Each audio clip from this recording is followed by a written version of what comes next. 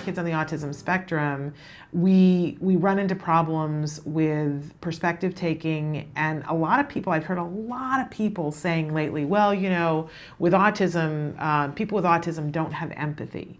I don't know how true that is, and I want to talk about that with you. But maybe if we started first by talking about what is perspective taking, and is it teachable?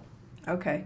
I'll say, first of all, absolutely, perspective taking is teachable. Okay. We've published quite a few studies already showing that we can teach them to detect sarcasm and when people are lying to them, and to understand when someone's making an indirect request, like, those cookies look good, instead of just saying, can I have a cookie? All of those things require them to think about, what is this person meaning behind what they're actually saying? What might they actually be thinking? Yeah. What might they actually be feeling, and things like that.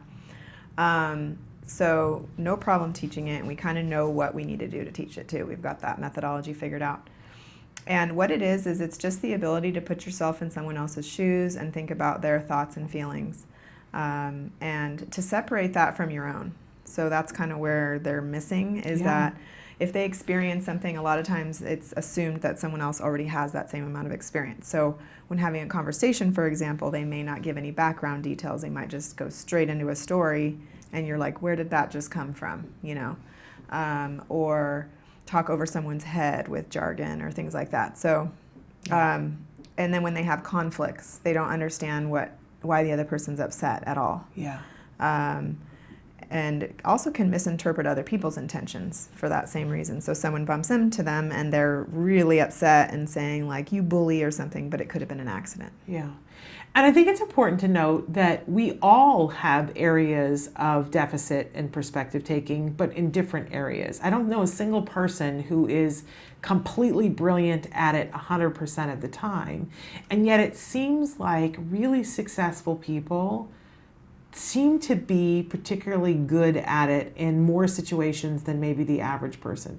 Because it does seem like, for me personally, if I'm struggling with something or someone, if I am able to look at it from their point of view, it is not as big of a struggle. No, it really isn't.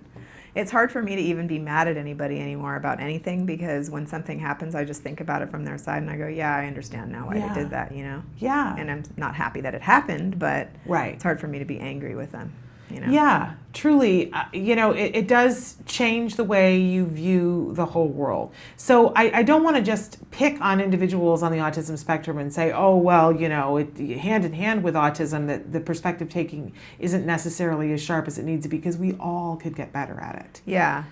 Except that I would say, like, for instance, even with your spouse and stuff like that, you get in fights probably now and then, and the things that you're arguing about, you may never see the other person's perspective. And you try to convince each other, like, of your perspective, and you just have to agree to disagree, kind of a thing. Yeah. But I'm talking also about, like, things like where someone on the spectrum might literally walk into a room and pick their nose or readjust their, genitals.